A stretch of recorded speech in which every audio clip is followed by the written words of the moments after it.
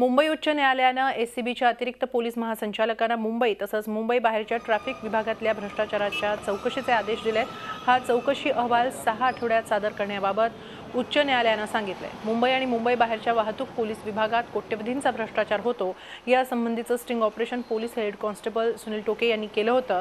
त्या आधारे प्रत्येक गुन्ह्यासाठी ट्रॅफिक पोलिसांचं रेड कार्ड ठरलेलं असल्याचा सनसनाटी दावा टोके यांनी उच्च न्यायालयात याचिकेद्वारे केला होता। या याचिकेवरच्या सुनावणी दरम्यान न्यायालयानं हे निर्देश दिले। भ्रष्टाचारात सामील व्हायला नकार दिल्यानं वरिष्ठांकडून छळ होत असल्याचंही टोके यांनी या याचिकेत म्हटलंय।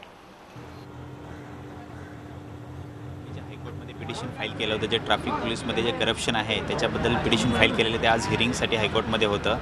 त्यामध्ये कोर्टाने जे आमच्या जे कंप्लेंट्स आहेत ते मुंबईमधले आहेत, ॲज वेल एज पुण्यामधले पण जे ट्रॅफिकमध्ये जे करप्शन आहे त्याचे इन्स्टन्सेस आहेत। तर कोर्टाने डायरेक्शन्स दिलेले आहे की हे इन्व्हेस्टिगेशन इन्क्वायरी जी आहे ती ॲडिशनल DG अँटी करप्शन यांच्या सुपरविजनखाली इन्व्हेस्टिगेशन होईल आणि 6 आठवड्यानंतर मॅटर ठेवलेले आहेत। माननीय उच्च न्यायालय साहेबांनी असा आता म्हणजे 6 वीक नंतर आदेश दिलेले आहेत की माननीय ॲडिशनल DG साहेब अँटी करप्शन यांच्या निदर्शनाखाली किंवा यांच्या निदर्शनाखाली तो जी आता ही जे मिसडी किंवा हे भ्रष्टाचाराचे आरोप केले याची चौकशी व्हावी आणि ती चौकशी 6 आठवड्यात पूर्ण करावी असे माननीय उच्च न्यायालय साहेबांनी आदेश दिलेले आहेत। झी 24 तास रहा एक पाऊल पुढे।